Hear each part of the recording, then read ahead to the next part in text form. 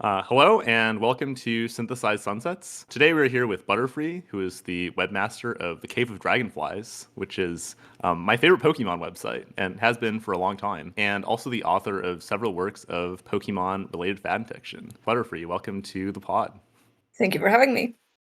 My first exposure to your work was The Quest for the Legends, which is this pretty violent Pokemon fan fiction that was, to be honest, it was one of the most mature works of literature that I've encountered, like up until that point. How old were you? How old was I? I was probably like 11.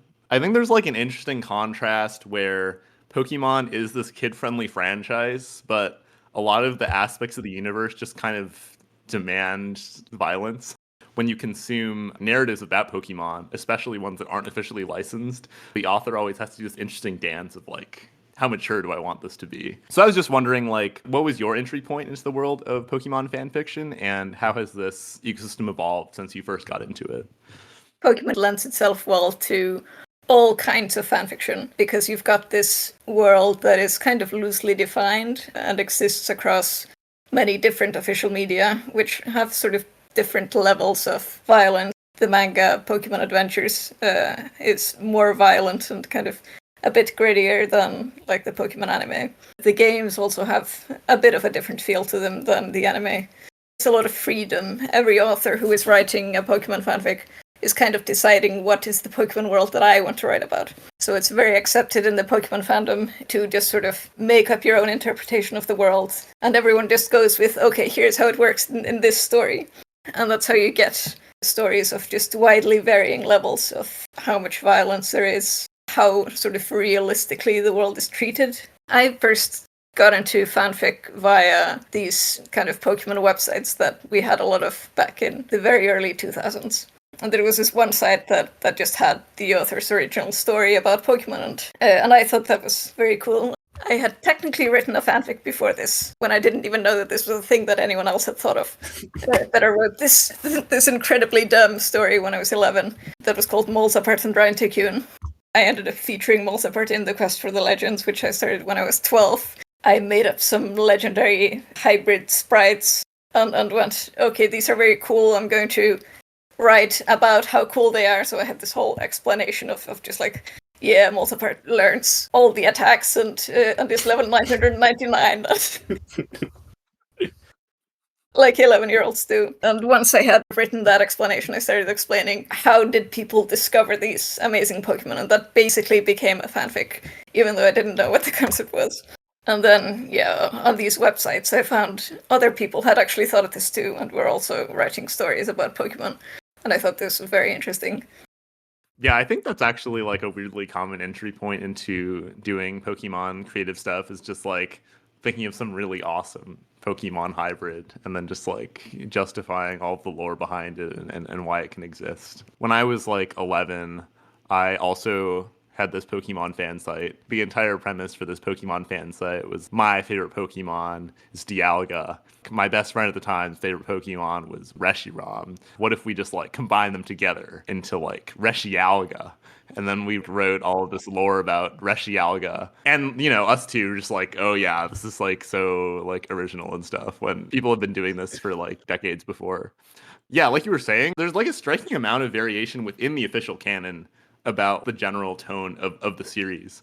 When I was growing up, I actually really did not like the Pokemon show because I was very hung up on there being this official canon and vibe for things. Like, I really didn't like it when there were like live action adaptations of cartoons that like felt wrong. And like, by the same token, I felt like the game was sort of the most canonical thing, and I just really didn't like the ways in which the TV show differed from the game tonally. Why I liked some fan fiction and Pokemon Adventures so much is because it sort of felt more canon than canon. Like, it felt more true to the spirit of the games. And I wouldn't say this is like a majority opinion, but I feel like it is a pretty common sentiment. Do you have any idea why the Pokemon universe is like that? Like, why a lot of official material just has such a different vibe to it? It probably originates with the different vibes of the official material at the very start, because the games were the start of the franchise. And then I believe the first adaptation was this weird manga that was only released in Japan, which is this bizarre gag manga in which there's a talking Clefairy as kind of the main mascot. And then when they started making the anime, they had these two things that they were basing it on, and there were actually talks about, okay, are we going to make the Pokemon talk in this or not? Because they talked in the manga, but they didn't in the games, and they ended up doing this thing with, they say their names. This sort of started off each one being a different thing. And well, by now there's of course like a franchise bible that defines like, officially, here is what you can do with this franchise, and here's what you can't. At the start, I think they were winging it a lot more. That's how you kind of end up with these different interpretations or different universes. I think it's interesting that even within Pokemon saying their names, there's like a ton of freedom. There's some interpretations. They're just kind of giving their general vibe, not really passing any information.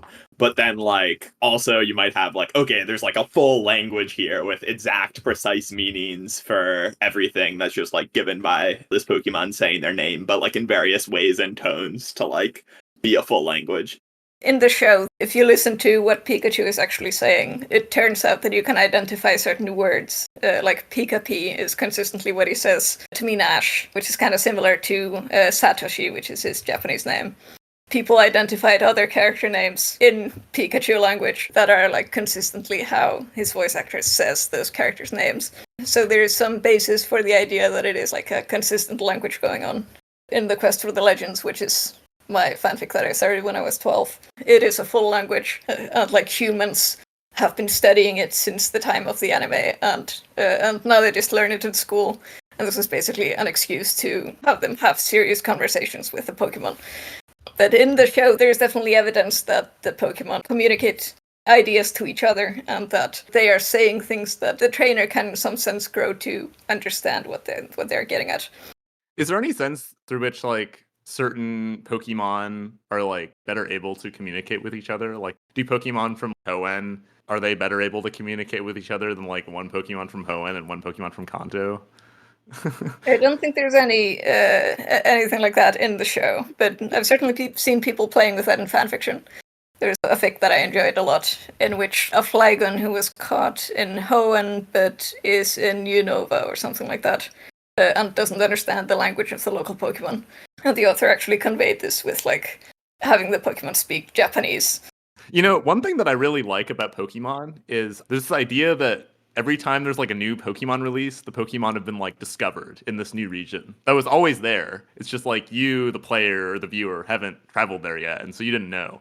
And so there's always this idea that like there are just other Pokemon floating around that you don't know about and you could come across, even though those aren't like programmed into the game. And I feel like they add to this feeling by just throwing in Pokemon where they like program them into the game, but then they don't actually have any way to access them, and then they'll maybe unveil them for special events. You know, like Keldeo, for example, is like in Pokemon Black, but there wasn't really a way to actually get Keldeo until they get through a certain stage of the rollout. And this has all sorts of interesting conclusions. Part of why Quest for the Legends is cool is like it also taps into the idea that there were ancient Pokemon. Like there's this very vague idea of like ancient Pokemon in the game. It's just like, oh yeah, this Pokemon's an ancient Pokemon. But they never really take that to its natural conclusion, in part because that would require introducing the real concept of evolution next to the fake metamorphosis Pokemon conception of evolution.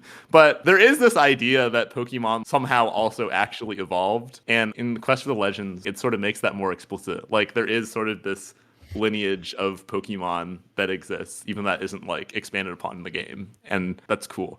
And this is again a subject that fan writers will run with and do things with. One of my friends wrote a fanfic that was focused on fossil Pokemon, and there was an extinct alternate evolution of Grovyle, which used to exist, which was actually flighted.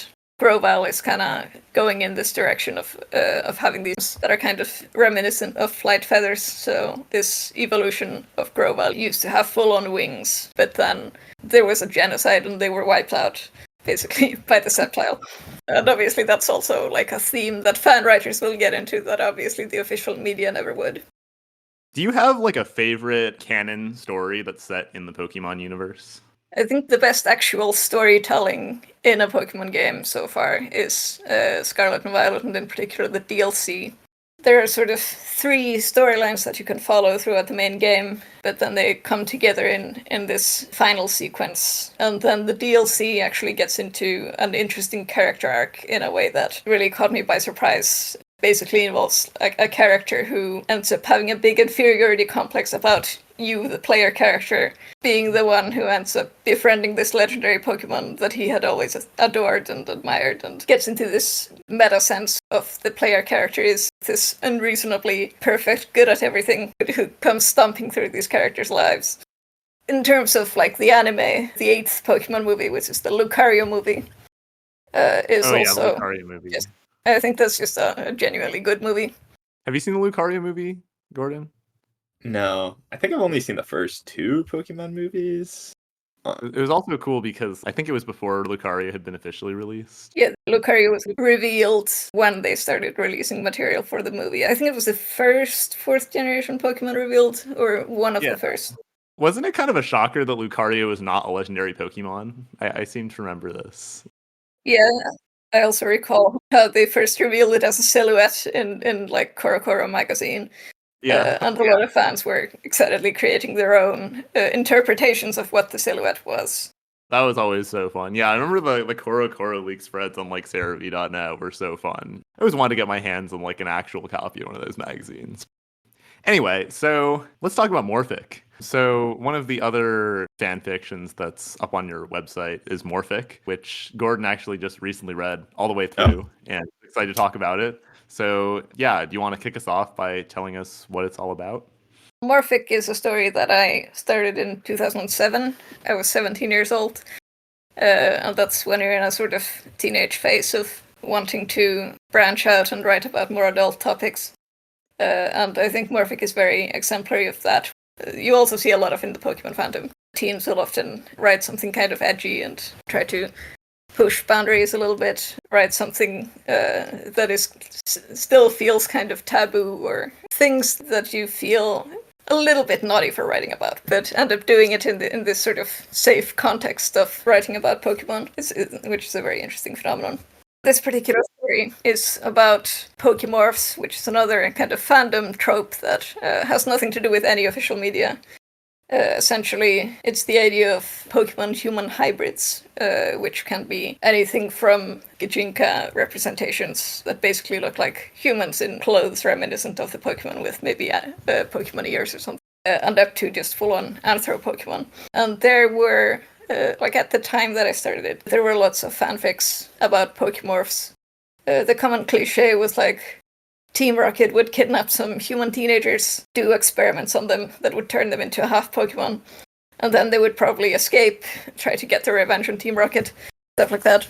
I had no real interest in this genre until I started reading some threads about like authors discussing it and discussing these tropes. And I had read this article at some point in a science magazine, actually, about gene splicing in animals. And one of the things that was in this article was a hypothetical timeline of what could advancements in this area look like in the future.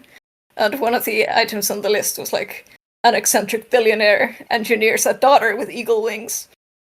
And when I saw this, I started picturing just, oh, this girl's life would really suck. And at some point I went like, Pokémorph's life would really suck too. And that was kind of the initial idea behind writing this story. And that was kind of when I actually developed an interest in the concept, was when I realized their lives would suck. Yeah, I really like this story. So I just like read it yesterday. First off, it was like a reasonably quick read, ended in a reasonable amount of time, which I sort of appreciated, because I feel like fan fictions in general do not do this. They just gotta go until like someone stops most of the time. And yeah, while it was like, somewhat edgy sort of, it definitely didn't feel like overflowing with teenage angst or anything. Dave, who's like the head scientist of this group, I thought he was pretty cool, because he's just like kind of like this narcissistic researcher person who really prides himself on his own accomplishments and doesn't think about other people that much. But he kind of goes through this plot arc of really developing a strong bond with all of these Pokémorphs, and that was pretty cool to see. One other thing I wanted to ask about, though, the Pokemon human hybrids in the story kind of all have this like tendency from their Pokemon genes to sort of just prove their strength and like go to battle. And it felt like your reasoning for why like Pokemon in the Pokemon world would want to be captured, having this tendency to always prove themselves. Yeah, is that kind of what's going on here? What was kind of your reasoning for that? Essentially, I think this is a very common idea in the fandom, so it's not like original to me or anything, but I've always looked at it as like Pokemon really enjoy fighting. They keep picking fights with you in the games, like it's them who come and attack you. So I've always seen it as they just really like to fight. They like to beat each other up. We are sort of facilitating that, or these human trainers. Capturing Pokemon is something that they enthusiastically consent to on the basis that, heck yeah, I get to travel the world and fight a bunch of stronger Pokemon and become much stronger, and that's something that really appeals to them and is sort of part of their nature a bit. It's refreshing to not have like the aggressive, it's all animal abuse, like blah blah blah, you're just taking a bunch of animals and pitting them against each other, and it's the same as like dog fighting or something. Or the other line is just like, who cares that much, like don't really think about it, which feels like a bit of a cop-out. Like I mean that to some extent I feel like that is probably the most canon, like who cares that much, don't really think about it. I think that's kind of what happens in the anime. But yeah, it felt like a solid rationale for things. And I think it played out pretty interestingly in these teenage Pokemon hybrids where they know what they should be doing and whatnot, but end up doing some impulsive and reckless things due to this drug addiction type need to get this fix of like having a fight with someone at some point. As you say, the canon does not really want to explore this topic much. They just want to keep it vague, and I can definitely respect that. But the fandom has always been kind of interested in this, and again, like the fanfiction just runs the whole spectrum from, like, I have read a very interesting fanfic that is all about how it's basically an abusive situation in most cases, and that, for the most part, Pokemon don't really want to fight, but are kind of societally pushed into it. It's a very interesting fic exploring societal issues in the Pokemon world. And then, on the complete other side, you have people who just very thoroughly think through this society and, like, what are the Pokemon getting out of it? Why are they down for this? How do they feel about it?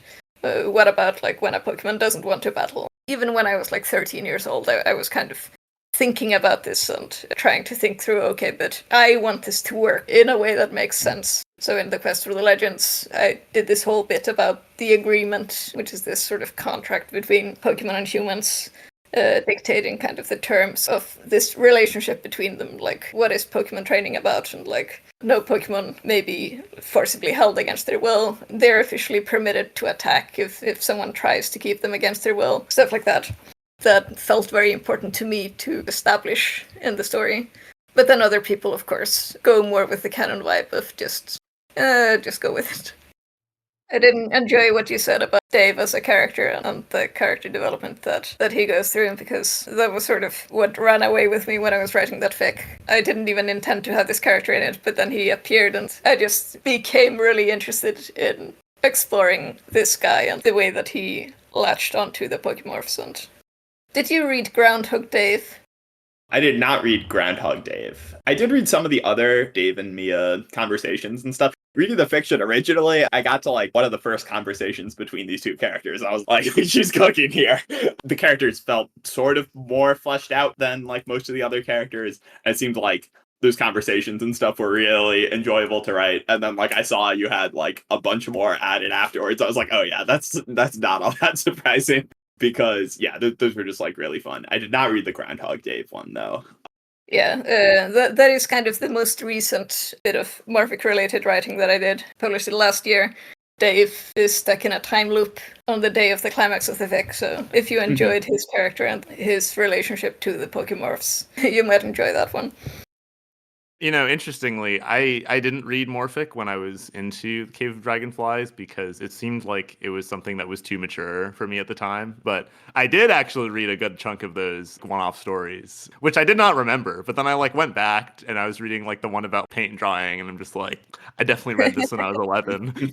I think it's actually kind of a hard thing to navigate on the internet when you're a kid, is like, it's really difficult to assess the maturity level of something. Not only is everyone's level of maturity different, but like the way in which you react to certain topics is very different. You know, you might be like more icked out by violence or sex or something Yeah, or other. absolutely. And it can kind of be distressing when you encounter something on the internet that's like too mature for your current age. Like I remember a few times when I'm just like, whoa, I did not expect that to be as sexual or as violent. It's not just about your personal reaction, and it's also a sort of shame response of, oh, my parents would be like so pissed at me if they saw that I like read this comic about furry people having sex or something. There was a while there before I felt like I could read anything where I kind of felt like I was walking on a minefield. I was just like, all right, I don't want to click that. I know that I maybe want to click that, but also I don't. And nowhere was this more present than in webcomics. It's one thing to read about something graphic, but it's actually like in your face. And you're just like, I can't undo that. Do you sort of agree with my earlier statement that like Pokemon fandom feels closer to webcomics and stuff rather than like prose narratives? Because like in my head, webcomics and Pokemon are like very close to each other, whereas the stuff that I was reading in science fiction are kind of separate. But I don't really know why that is. Like I don't think there's necessarily a reason why that has to be. To some extent, Pokemon has this element of flashy battling and such, which gets across better in a visual medium. It's also, it is a video game franchise fundamentally, so it sort of exists in that space more than the written prose space. There's no official Pokemon novels or such to speak of. Possibly there are like short children's books or something for very young children just learning to read or something, but basically no official prose stories. But of course, fanfiction is dealing with taking this world and turning it into prose, and so there's probably like a shorter path from getting into Pokemon fanfiction into science fiction more widely or speculative fiction. Immediately after my Pokemon obsession, definitely webcomics were my biggest interest. We've talked about fan sites kind of dying off on some level as a result of the shift towards Web 2.0. But I think webcomics have been this underrated casualty of that. There used to be a lot of energy in the webcomic space that no longer really exists. And I feel like the people who used to make webcomics have been funneled into these more sanitized spaces. I mean, the most obvious example is Webtoon, which is just like way, way more institutionalized and better in some sense than the webcomic economy. But then also I think people are being pushed into making TV shows, and like it's just kind of harder to get eyeballs in front of a comic on its own website than it was previously, I think. How deep was your involvement in the webcomic scene? Like, did you read a lot of different webcomics or like maybe not so much? Did you ever think about starting one of your own? Making comics was always gated behind being sufficiently good at art. I did not consider myself very good at art for the most part. I did start drawing every day in 2016, so I've been doing a lot more art lately, and potentially I could do a comic at this point, but I haven't quite gotten into that. Before I started the daily drawing, I was sort of entertaining the idea of practicing drawing by doing like a Nuzlocke comic, which is another like Pokemon fan thing. Essentially, Nuzlockes are this challenge where you have to nickname your Pokemon. You can only catch one, which is the first one that you see in each route, and if they faint, they are dead. And this all started through a webcomic, which was called Pokemon Hard Mode or Pokemon Ruby Hard Mode. That was just somebody doing a playthrough and then making this webcomicization of the playthrough, which also started a lot of people in the fandom doing their own Nuzlocke comics. But the webcomics that I followed have mostly been outside of the Pokemon space. I haven't actually read XIII consistently in a long time, but that was one of the first ones that I properly started following. And the proper story-based comics that I've been following have been Lackadaisy and Unsounded, which are still going today, and they're both excellent. You know, this is actually kind of topical. I remember there used to be this really fun event called the ComixMix March Madness Tournament. I don't know if you are familiar with this at all, but there was like this event for charity where they would put all the webcomics into like a bracket, kind of like the college sports basketball tournament in America. And there would just be like a straight vote. But if you like donated to charity, you could buy votes basically. So like you would buy votes for this particular charity, and then you could buy your comic over the finish line. So on some level, it was just a measure of like how fanatical the fans of a particular comic were. But I think it gave a lot of visibility to comics that I didn't know about. And yeah, Lackadaisy and Unsounded, I think definitely made it sort of far. I think the winner was actually Paranatural, which was this webcomic that I got into and really liked, although it is unfortunately now being continued as a picture book because the author burned out. But But that was sort of when the webcomic community felt like the tightest and most cohesive to me. But like, I just haven't really heard anything even close to that recently, even though I know a lot of these are still going. Did you ever read any of Minna Sundberg's comments? So you guys have like that Nordic connection? No, I have not, unfortunately. So there's this comic artist named Minna Sundberg who's from Finland. She wrote comics that were just like very steeped in Nordic culture. The first thing she wrote was called A Red Tail's Dream, and it was basically about this journey into Tuonela, and there's a lot of Finnish mythological imagery. And then her second book was this post-apocalyptic webcomic. I feel like this has actually aged sort of well, is that like there was this pandemic, and like Finland was the only place to survive the pandemic really because the culture is a lot more distance, and so they kind of just like chilled out while everyone else just like killed each other with pandemic. It's like America just gets like fucked and like Asia just gets fucked. The new capital of the world just sort of becomes Finland. And also Iceland, because Iceland is just sort of like on its own island. And so the main characters are sort of like these Nordic explorers who go onto this journey to like rediscover what is left of continental Europe. One of the most interesting things that they have in the comic is there's actually a lot of discussion about the differences between the Nordic countries and like how mutually intelligible their languages are and stuff. And so whenever there's a speech bubble, it'll say like what language this speech is being said in, and there will be references to like, oh yeah, no one can understand the Finnish dude because his language is too different. I don't know, it's just like kind of like a surprising amount of interesting cultural lore to be in a webcomic like that. And so just based on those, I had a very romantic view of Nordic countries in Scandinavia when I was in middle school. I'm like, yeah, you know, they made Cave of Dragonflies, they made Angry Birds, they made Minna Sundberg's comics. I guess I feel like since then I haven't really been exposed to all that much Nordic media. And I don't think Nordic countries are particularly big players in speculative fiction right now either. Yeah, there are like more authors doing speculative fiction in Iceland these days. Unfortunately, I don't read enough because I have too many things to do, but it has been a lot of fun seeing it emerging more as a genre there because sort of when I was growing up, Icelandic fiction was all either very literary or specifically detective novels. Either you are reading about a murder or you are reading about what it was like to live in a fishing village in Iceland in the 1950s. Like, it was one of those two things. There is an Icelandic novel called Love Star by Andri Snær Magnusson, who was a very fun author, and Love Star was a very fun sci-fi dystopia. This Icelandic guy happens to make a breakthrough discovery about all people emitting certain waves that can be matched to find someone's soulmate. So it's sort of a soulmate AU before I even began to hear about that being a thing in fandom. And as a result of this guy discovering this, Iceland sort of becomes the most important place in the world. And the company that does this has taken over ever more areas of life. And meanwhile, people are... if they need money, they can get it by getting these chips implanted in them that will sort of occasionally take them over to make them shout advertisements. I've just got a lot of these off-the-wall ideas going on. That is, like, I think the only Icelandic science fiction novel that I've read, but I did enjoy it a lot. Changing topics a little bit, but I think the only piece of Icelandic literature I've really looked at is those pages from like that medical encyclopedia you included in the Marquee of Doom. Could you tell us a little bit about the inspiration for that? The Marquee of Doom. There were two things behind that. The first was my favorite website at the time, News Hangout, had a page, and when you clicked it, you would get this page that was just a dramatic description of how terrible Metapod is, with like a big picture of Metapod, and then a big wall of the word Metapod, Metapod, Metapod.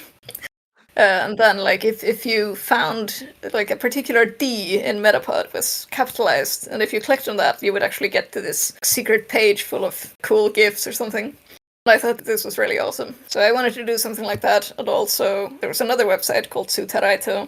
It had this sort of news ticker marquee scrolling by near the top of the page with sort of recent news, but it was super long, and at some point, while I was just kind of waiting and reading it as it went along, I was like, there should be a prize for staying and reading this all the way through. At some point, I combined these two ideas and made a page that led to a lengthy marquee of whatever text I felt like typing into it, with a prize at the end. And then at some point, I renamed this to the Marquee of Doom. Yeah, it's just my 12 or 13-year-old self pulling how much random stuff can I put here that I can threaten you with how boring it is, while still being sort of interesting. This was like my first introduction to your site because Kevin and I like sort of became friends in this chemistry class we had sophomore year of high school where we would just like sit next to each other and not do chemistry things. It was one of those days where you just watch a movie, right? Watching a It's, like, movie, super boring. yeah, and he's like, "Oh, let me show you the Marquee of Doom real quick." I'm just like in chemistry class going through this whole thing. First off, I was just like, "Wow, this is insane that this like website just has so much Pokemon content and stuff on it." But then also just this random cool Easter egg thing. But then I remember randomly, like a couple of weeks after that or something, my older brother, who's like really into web stuff, creating websites, Chrome extensions, a bunch of random stuff there, he was kind of like asking me, like, "Oh, is there anything cool you've found on the internet recently?" I'm normally sort of like a bit embarrassed here because, I don't know, as a 16-year-old guy, I really just played video games. But I got bailed out because I was like, there's the Marquee of Doom. And then that could just like take up a reasonable amount of time too. So good memories there. Yeah, it's a fun thing to go back to. In some sense, it feels fresher now than it did when it came out, because I think that when it came out, there was more of a culture of putting interesting Easter egg type stuff on websites. You know, like you also have the secret link on your website that's somewhere. I remember like me and Gordon used to read this website called Wait But Why. I remember there was like this turtle hidden on the website. And if you like click the turtle, there would just be like an even smaller turtle that would appear. And like every time you click the turtle, he would tell you like how many fewer people have clicked this particular turtle and how insane you are for like going this far. But I feel like that culture has really just died out. Like I think that in a lot of ways, the internet feels a lot less imaginative than it did back then. Do you foresee any path that the internet could take towards recapturing some of that spirit, or do you think we're kind of like perpetually consigned to consuming this like, you know, Web 2.0 corporate slop? I do think that there is a little bit of a resurgence of that kind of thing, because have you heard of Neocities? Yeah. Basically like a web host where you can make your own website for free, much like Geocities back in the day, obviously named after that. That's giving a lot of people the opportunity to kind of just go and set up their own old school website, and you get sort of very similar websites as you got in GeoCities back in the day, which I find extremely charming. People kind of learning HTML and experimenting with how they can make the layout and the colors and the backgrounds, and so I'm really kind of heartened to see that coming back a bit. I made my site back in 2002, and in those days I would get affiliation requests from other sites. I want to say multiple times a week, but maybe it wasn't quite that. It was definitely multiple times a month. And then for many years there was nothing. I would just never see any other websites trying to hit me for that. I couldn't entirely put a year to it, but 2010 to 2015, I guess, space was just no websites were being created.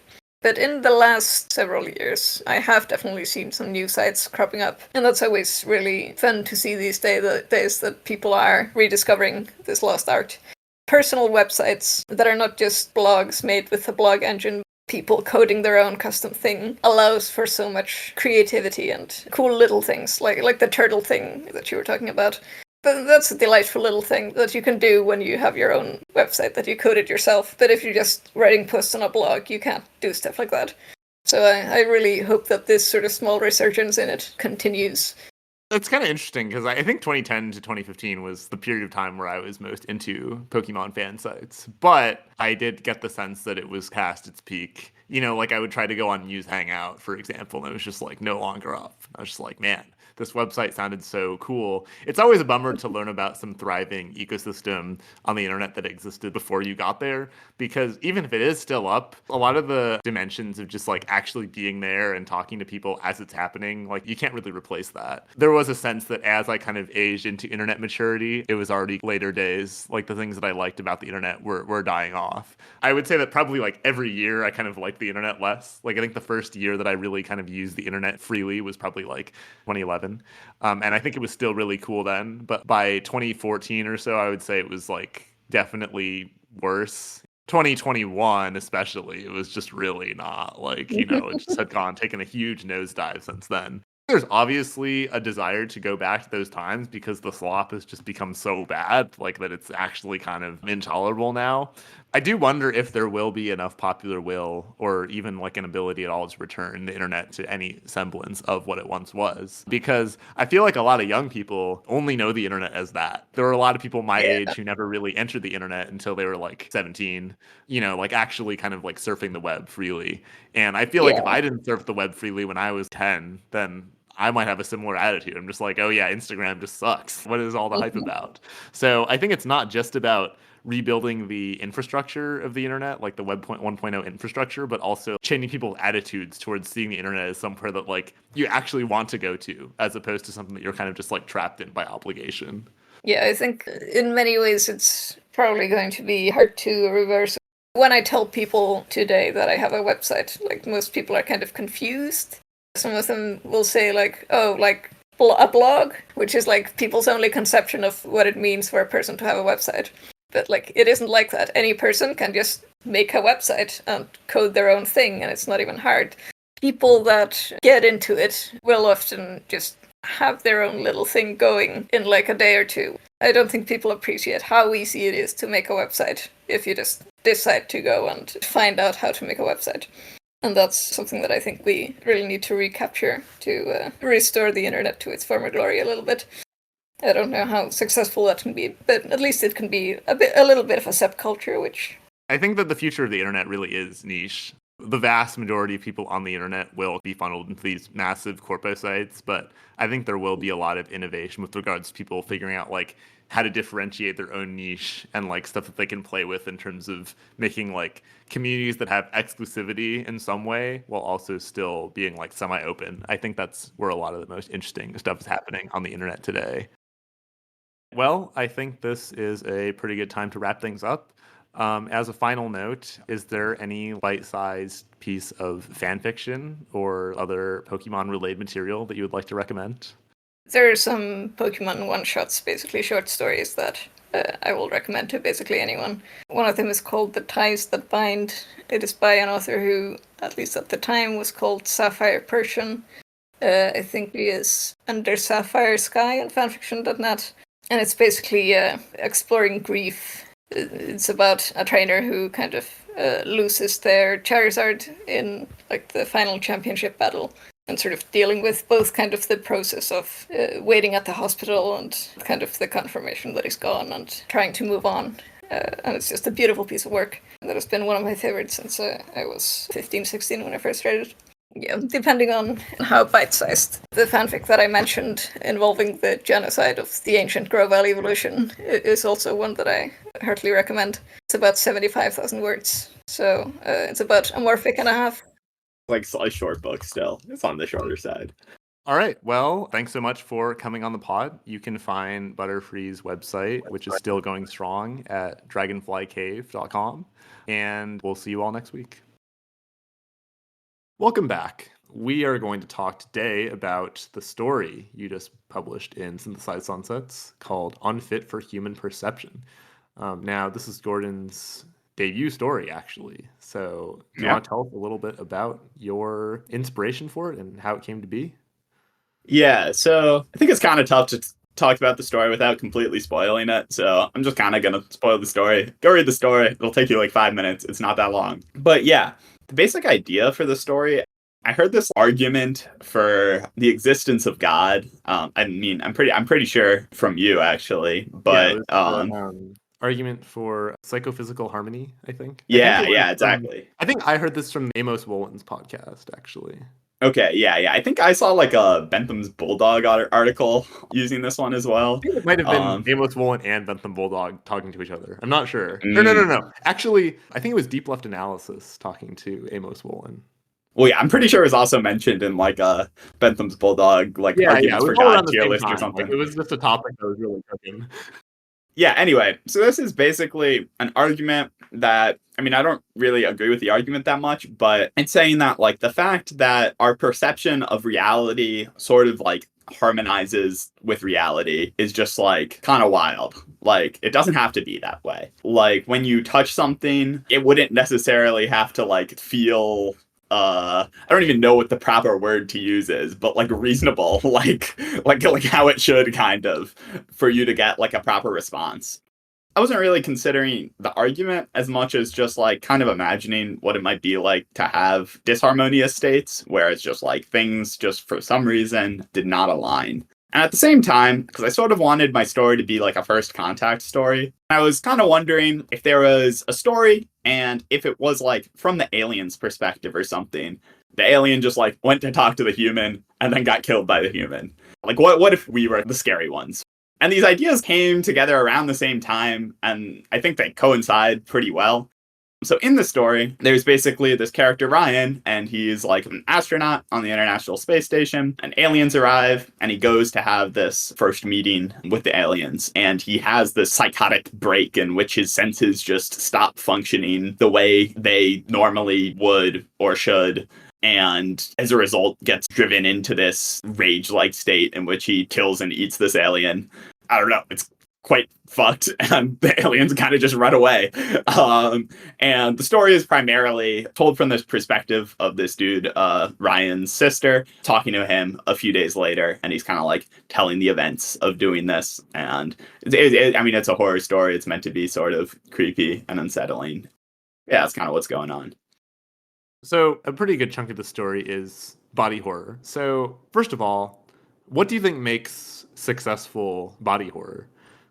Second of all, what was the process like trying to like create your own body horror? And also, do you think we're in like a body horror renaissance of sorts? Yeah, I kind of agree body horror is coming back. Body horror is just like so tied to just like how kind of visceral it feels. And like when you read the thing, do you like imagine it happening and like kind of like almost feel the sensation happening? I have like a few good examples here. The strongest sort of connection, and this is kind of like always been the case, but I've never felt this before, but I have like a weird sense of like, I kind of have a knowledge of what the feeling would be of just like pressing my hand into someone's brain. And this was probably like the most viscerally explained body horror thing here. There was this really strange day in my freshman year of college in which I just like came up with this, I don't even know what to call it, but, you know, this idea that, like, everyone's going around with, like, a hand in the brain, and, like, it's, like, the hand in the brain that's, like, controlling everyone's actions and whatnot. I guess this vision of just, like, a hand just, like, grasping, pushing into, contacting a brain is, like, something that's very visceral in my mind and, like, easy to imagine. That was, like, the most clear image. But there's some other stuff as well. There's a sense of whether your identity, right, is like your body, your mind, or like your data. And I kind of wanted this to be a thing where the main character lives his normal existence as like a brain. And then in this like moment, he just like perceives reality through his body as a whole, through every muscle fiber. And I mean, I guess the examples I use are like muscle fibers, fingers, and teeth, but like also every single part of his body. And then like after this event with the alien, he like loses that and is pretty much suicidal with grief for what he has lost and is just like unwilling to go back to like a lesser state of being where he feels like he doesn't even really exist. On some level, I think that the fascination with body horror is somewhat connected to science, actually. I wouldn't say it's necessarily a theme of science fiction even, but I think in just like literary fiction and the broader culture, there's a growing awareness that a lot of our mental states are in part produced by our bodies. I feel like the 20th century was just kind of like the era of trying to like emerge from our meat cages, whereas like now more and more people are realizing that like we're kind of tied to our bodies, whether we like it or not. And I definitely have increasing skepticism that you could actually fully emulate a human mind with just their brain. Like, I feel like at the very least, you'd probably need to have all of their other like nervous circuitry. But I wouldn't even be surprised if you also need a lot of those substrates to interface with, just because of how complicated all of the like neural stuff is. Yeah, gut bacteria are going wild. Yeah, the gut stuff. Yeah, I don't know. Gut bacteria stuff is crazy. Like, I have maybe not the most normal gut microbiome, but there's like this one granola at Trader Joe's, and if I eat this granola, it just like makes me feel really sleepy and like kind of shitty. Significantly more sleepy than like Benadryl, for example. Like it's very crazy, and like sometimes I forget, or sometimes I'm just like, there's no Surely way that's that made me so. Surely this is when I have like half a bag left. Like I eat like a third of the bag, and then I'm just like on the floor. I'm like, oh my god. I'm like, it probably wasn't the granola. I'm hungry. I don't have any other food in my apartment. I just like eat more of the granola. I'm like, oh my god.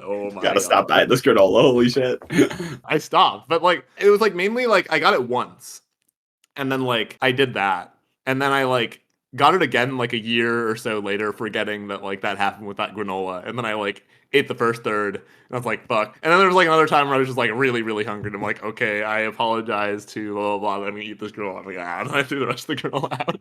There's a good chance it was like pretty bad for me, I feel like. Yeah. Yeah, I don't know. You ever had anything like that? Not exactly like that. I do kind of have similar experiences with like going back. I used to like throw up kind of just like fairly often, and sometimes like a certain restaurant would be like pretty likely to make me throw up afterwards. But like most of the time, I would be like only after like at least 2, maybe probably like 3 times would I actually be like, okay, I should probably stop going to this restaurant, because it's like it would never happen every time, and it's like I can't just like give up, you know. Someone I think is really good at writing body stuff, who I hope to have on the pod at some point, is Carmen Maria Machado. And her short story collection is actually called Her Body and Other Parties. A lot of it is just about body stuff. There's just a lot of like really, really weird and visceral body imagery. One of my favorite stories from it is about this epidemic that's spreading around that like causes people to slowly become ghostly and pass through. There's this really weird scene where these 2 people are like having sex, but then like one of them is having the disease, and so there's this one part where like the one woman phases through the other woman's body. It's just like very disorienting and terrible. That was like a pretty crazy scene, but it was interesting for that to be like the centerpiece, and I think that this is something that's really like in demand. Also, this is not science fiction at all, but Breasts and Eggs by Mieko Kawakami, I think that also has a similar like body focus, and both of these books, I think, even though they came out a few years ago, are still pretty hot. Mm-hmm. Yeah, I mean, Breast and Eggs I know is really popular. But yeah, I'm wondering like where it came from, like what is downstream of what. I remember I first got really into body horror from web fiction, and in particular, the scene that really kind of got me was there's this character named Bonesaw in Worm, the superhero webfic, and her whole thing was just like cutting people up and putting them back together. And she's also a child, which makes it more scary. But you know, it kind of started out where like her cutting people up and putting that together was like scary, but wasn't like super, super scary. But then the part where you're like, oh shit, is this part where they capture one of the main cast and they like put them into some prison somewhere. And this is like the oldest superhero cliche. Like you always know that the superheroes are going to come and then like somehow the villains are going to fuck up and they're going to rescue them. It's not that interesting. You're like, okay. And so then they show up at the prison and you're just like, okay, they're going to rescue him. It's not going to be that interesting. But then when they go in the prison, they've like mounted this dude on the wall and they've like ripped open his entire torso and like spread out his rib cage, kind of like bird wings. And then they take out each of his internal organs, put it in some kind of box or jar. Bonesaw kind of like stitches them together so that she just really elongates all the vascular systems that connect to his organs so that she can just like turn his inner connective tissue into like the pipings of this room, basically. And so they just get into the room and they just see him like that. His heart's over there, his lungs are over there, his stomach is over there. There's like, oh my god. And I was just like, how did this guy even fucking think of that? But anyway, this is all to say that Worm was such a seminal event in web fiction. I think it was the first webfic to really just take off. And I'm wondering if part of the reason why body horror is so vibrant in web fiction is because Worm just had so much of it. Like, I see that as its defining trait. And I'm wondering, like, how many web fiction authors just read Worm and was like, oh, I could do that. Yeah, I could definitely see that. I think there's also probably something to be said where if you don't have to worry about, like, any publishing process, it's just like you're more down to just like throw in whatever bullshit. You think you would submit this to a publisher, Gordon? Yeah, I mean, this is not like, I mean, yeah, I think I would. I think this is definitely like less fucked than what you were describing in Worm. Yeah. And then like also there's some pretty fucked stuff. Like you read Spar by Kid Johnson. I did not, although, yeah, I do know that book, yeah, is supposed to be very fucked. No, yeah, there's definitely fucked stuff in existence. It's more of like, you just, like, don't have to, like, talk about it as much, kind of like, you're like, oh, like, why did you have to include this scene here? Well, I don't know. It really says a lot about society. Yeah. I'm actually like not a super massive body horror fan in general. I think some images just like really sit with me and like do the thing well, but a lot of the time I just get kind of grossed out and like am not vibing. I hope there's some correlation in terms of what sits with me and does well versus like grossing out and like other people's views on these. In terms of like what I put in this story, I didn't really put anything that super grosses me out. More just like feels like intense and visceral. Something I wanted to ask you about the story is, at the end, you talk a little bit about how the world kind of shakes out into different camps about how they feel about Ryan and such. And I wanted to give you a little bit of an opportunity to explain some of what you imagined for like internet discourse around this dude. 'Cause it seemed like you, when I was talking to you editing the story, you had a lot of ideas around like conspiracy theories and other things that didn't really make their way into the story. So how did you see the discourse shaken out after Ryan like does the thing? Yeah. So, I mean, yeah, I ended up like cutting it down into those two camps, which is basically like, okay, everyone sees he does the thing, everyone agrees it's fucked up, and basically it's really just like people don't actually disagree on him, they just kind of disagree on the consequences of the actions. Because the aliens just basically leave. Like, they don't say anything, like they show up, one of the aliens dies, and then they just like fucking dip. Probably like the majority opinion is that they just kind of fled in terror, which is like the good case, right? But then, like, the other option is they're just, like, nukes are already on their way from, like, the alien homeworld or whatever bullshit, and humanity's doomed. But, yeah, I mean, there's other options. For a bit, like, an earlier version of the story, I kind of wanted it to be, like, something that happened was, like, deliberately done by the aliens. And, like, the end of that story was going to just be the aliens sending, like, a cryptic, just, like, you're welcome message to the humans, like, after this horrific event, and have it be this just, like, what was their purpose? So I'm still also imagining it as unclear whether the aliens predicted this sort of event, or, like, among the public, whether they believe something happened to Ryan, kinda, like he went crazy because of the aliens in some way, or he was just, like, this dude who was, like, a sociopath or something, and was like, this is my opportunity to save humanity or something. How many people do you think would believe the events depicted on screen actually occurred? Like, what they saw was real, and not just, like, some government hoax? Yeah, that's a good point, actually. I didn't really address that in the story at all, but yeah, there would be a pretty large contingent that doesn't believe it's real. Like 1%, 5%? I don't know. In today's world, probably like 15%. I think what's really interesting is like at the moment where UFOs and aliens kind of enter the public record, there will be a moment where it becomes contrarian to not believe in aliens or like not believe in UFOs. I feel like that transformation will be really interesting to see take shape. Yeah. Yeah, especially because like I would guess I could be wrong on this, but my imagination is that there's like actually a stronger correlation between the people who like believe aliens are already here and would be like believe they wouldn't be there. Like I think those would actually be the same people. Government believers versus like the government is tricking all of us is like the harder grouping. One thing I thought was kind of interesting to imagine, which I like didn't dig into at all, but this event would be ridiculously traumatizing to the world's population. Like literally the whole world is just like watching this with high def video audio footage live streamed to everyone as it's just this supernaturally like brutal murder and then consumption of this alien takes place. There's all these stories about the teacher turning the TV of 9/11 away from all the kids and stuff, and it's just like this version's like so much worse. New job has been created. Yeah. Therapists for specifically this specific event. Yeah.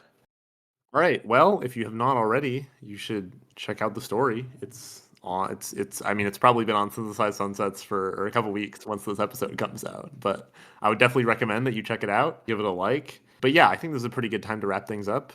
So, Gordon, is there any like short fiction or short experiences that you would like to recommend? Yeah, short story I would recommend is I sort of recently read this short story collection by Cixin Liu, the author of The Three Body Problem, which was The Wandering Earth and Other Stories, and particularly the second story in that collection, Mountain, I thought was really good. It's this like aliens come to Earth story. It's got this one dude who just like goes on this kind of adventure to meet with the aliens, and then he kind of like hears the whole backstory of the evolution of the alien civilization, which is pretty cool. All right, yeah. Well, thanks for listening, and we'll see you all next week.